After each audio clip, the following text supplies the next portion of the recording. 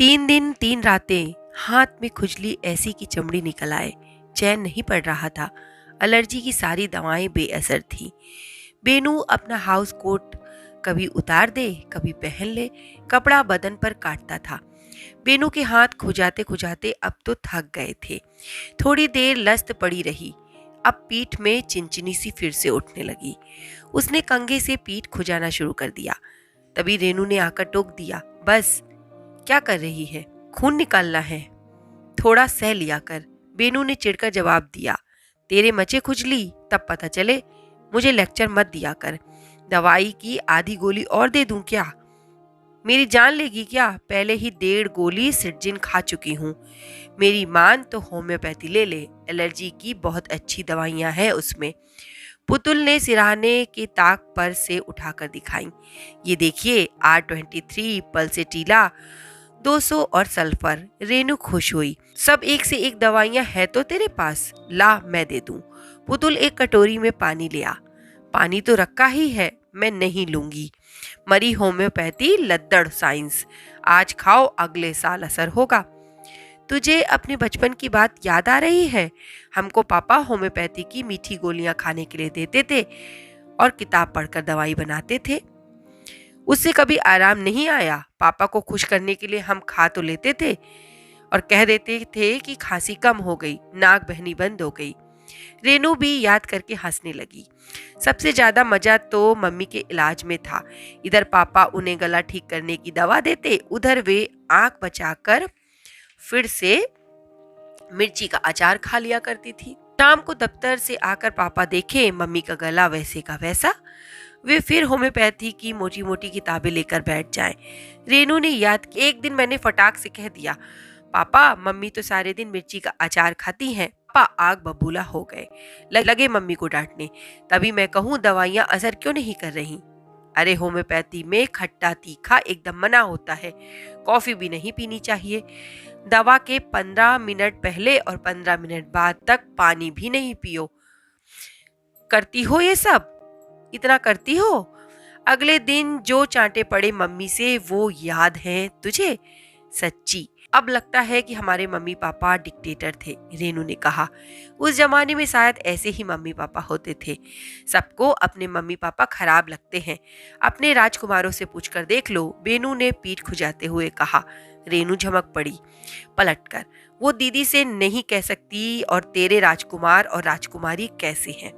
दीदी के दोनों बच्चे विदेश में हैं, साल भर में 2 बार आते हैं। उनके प्यार का ब्रांड अलग है। 10 दिनों में घर में इतनी सुविधाएं और साधन भर देते हैं कि दीदी का छोटा सा घर अमेरिका बन जाता है। उसके बच्चे अपनी गैर हाजिरी की प्रतिपूर्ति सामान से करते रहते हैं। उन्होंने पुतुल और सनी को माँ की सेवा में तैनात कर रखा है। पुतुल दीदी का रसोइया, नर्स, ब्यूटिशियन, टेलीफोन ऑपरेटर है। सनी झाड़ू बर्तन पोछा पौधों का काम और कार की सफाई करता है। रेनू के बच्चे दिल्ली में अपने में रहते हैं। वो अलग कॉलोनी के मकान में हैं। दोनों के दफ्तर दूर दूर हैं। रात होने पर घर लौटते हैं। शनिवार इतवार में से किसी एक दिन वे माँ के पास आ जाते हैं। तब रेनू को चुस्त दुरुस्त दिखना होता है, जरा भी ढिलाई से काम नहीं चलता। बड़ा रिंकी फ्रिज खोलकर हर चीज का मुआयना करता है।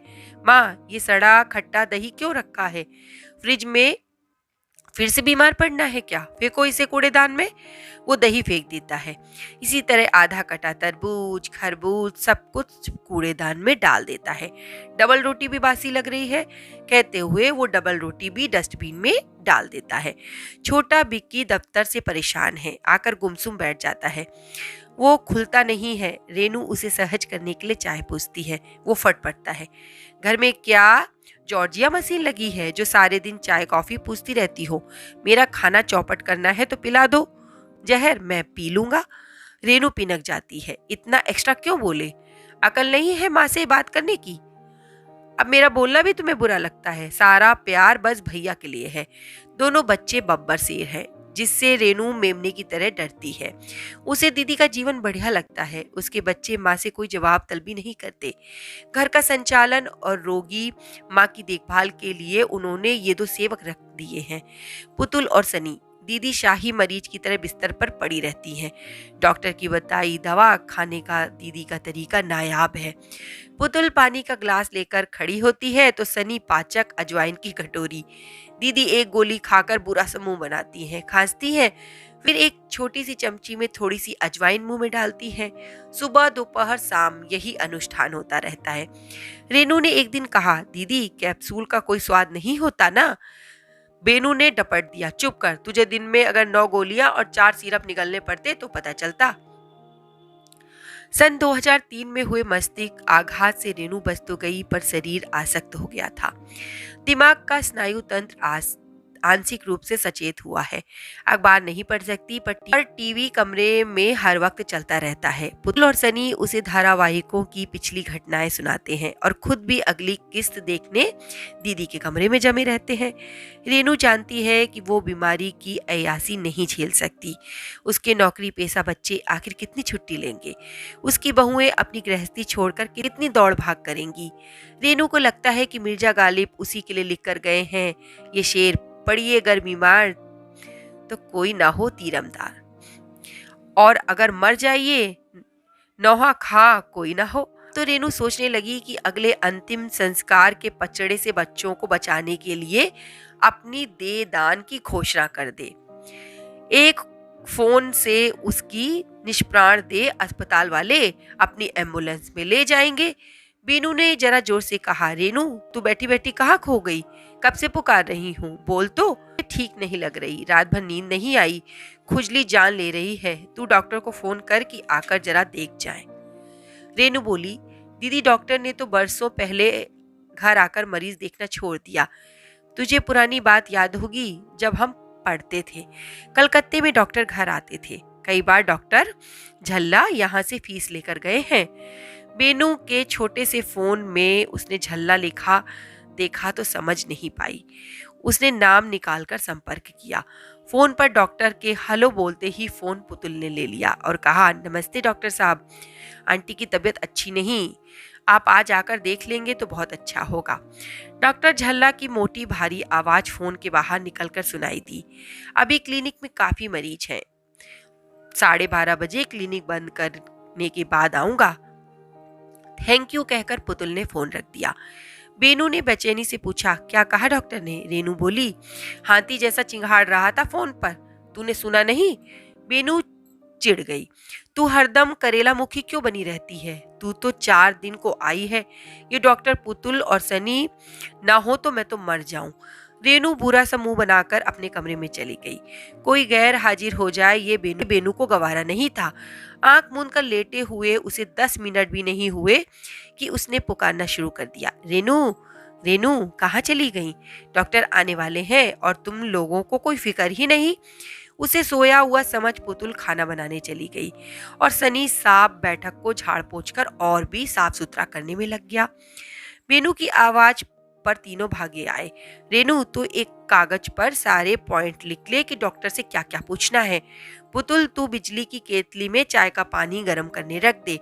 डॉक्टर साहब क्लिनिक से थके और भूखे आते हैं। आंटी नीचे से सिंघाड़ा ले आऊं? सिंघाड़ा? अरे समोसा, एकदम गरम छन रहा है, सनी ने पूछा।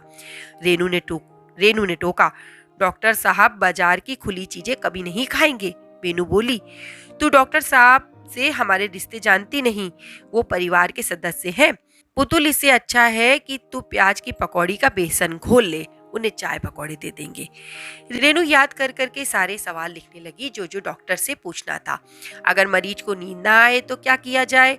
अगर ज्यादा नींद आए तो क्या किया जाए? अगर दवा से भी खुजली दूर ना हो तो क्या किया जाए? अगर रक्तचाप बढ़ जाए तो क्या किया जाए? घबराहट, बेचैनी की दबा, बेहोश होने पर क्या किया जाए? बेनू ने सामने घड़ी देखी और सनी को पुकारा, सनी जरा देख, घड़ी रुक गई। बेनू ने सामने घड़ी देखी और सनी को पुकारा, सनी देख तो जरा, घड़ी रुक तो नहीं गई? थोड़ी देर पहले भी 12 बजे हुए थे। प्लास्टिक की कुर्सी पर चढ़कर सनी ने कान लगाकर सुना, आंटी घड़ी तो चल रही है, मोबाइल से मिलाता हूँ। पुतुल बेसन सने हाथ लेकर कमरे में आई। टीवी में घड़ी आती तो है, उससे मिला ले। बेनू ने पुतुल को घुड़का, अभी बेसन भी नहीं घोला तूने, इतनी सुस्त चाल है तुम सबकी। रेनू को याद आया कि दीदी को एक जमाने में लोग फ्रंटियर मेल कहा करते थे। वो इतनी रफ्तार से काम करती थी कि उसके साथी दंग रह जाते। दफ्तर में दीदी दनादन पेंशन और प्रोविडेंट फंड के हिसाब बना डालती, मेडिकल बिलों की गड़बड़ी पकड़ लेती और चार्जशीट बनाने में तो वो विशेषज्ञ थी। घर और दफ्तर हर जगह उसकी पैनी निगाह रहती। अब तो कई बरसों से वो बिस्तर पर है, तब पुरानी तेजी उसकी झलक दिखाई दी जाती है कभी ना कभी। डॉक्टर साहब ने अंदर आते ही अपनी भारी मोटी भरकम आवाज में कहा, मिसेस बेनू कहाँ है? बेनू ने धीमे स्वर में कराहना शुरू कर दिया। रेनू ने डॉक्टर को नमस्कार कर अपना लिखा कागज देना चाहा। बेनू ने डपट दिया, कागज तू अपने पास रख, पहले मुझे बताने दे। डॉक्टर साहब आप क्लिनिक से आ रहे हैं, पहले चाय पी लें, एकदम तैयार है। डॉक्टर के तेवर और तबीयत में कोई नरमी नहीं थी। उसने कहा उसे और दूसरे मरीज देखने जाना है। उसने कहा उसे जल्दी से मिसेस वेनू की तकलीफ बताई जाए ताकि वो कोई और मरीज देखने जा सके। डॉक्टर ने बेनू का रक्तचाप जांचा, आंखें देखी, धड़कन गिनी और उसकी शिकायत सुनने लगे। पुतुल जिस वक्त ट्रे में चाय पकौड़े लेकर कमरे में प्रविष्ट हुई, डॉक्टर झल्ला बेनू से उसकी बेतरह खुजली का विवरण पूछ रहे थे। डॉक्टर ने चाय की तरफ लालसा भरी नजर डालकर कहा, आज नहीं, आज बहुत जगह जाना है। हाँ, इनकी देखभाल कौन करता है? आप। उन्होंने पुतुल और रेनू की तरफ देखा।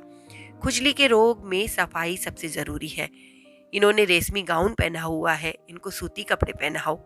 बिस्तर की चादर, तकिए और गिलाफ, तौलिया, नैपकिन, ये सब रोज बदली करना है। नाखून एकदम काट कर रखो।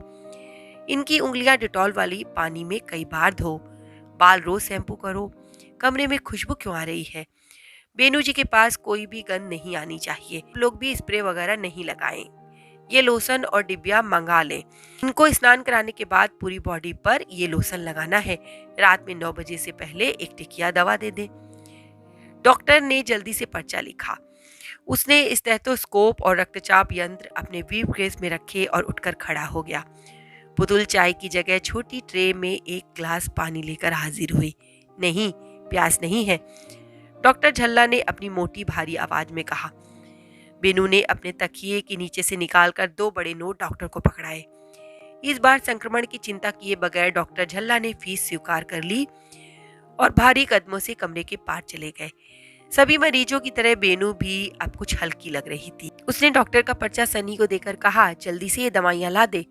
पुतुल कुछ कहे उससे पहले बेनू बोली, थोड़ी पकौड़ी बनाकर हम बहनों को दे दो, फिर चाय बना डाल। रेनू ने अपने हाथ का कागज दिखाकर कहा, दीदी ये बातें तो डॉक्टर ने पढ़ी ही नहीं। बेनू ने हल्के से मुस्कुराकर कहा, मार गोली कागज को, अब कुछ आराम लग रहा है। दोस्तों, आपको ये कहानी कैसी लगी? अगर पसंद आई हो तो आगे शेयर कर दीजिएगा और ऐसी ही कहानियों का आनंद लेने के लिए मेरे चैनल को सब्सक्राइब कर लीजिएगा। धन्यवाद।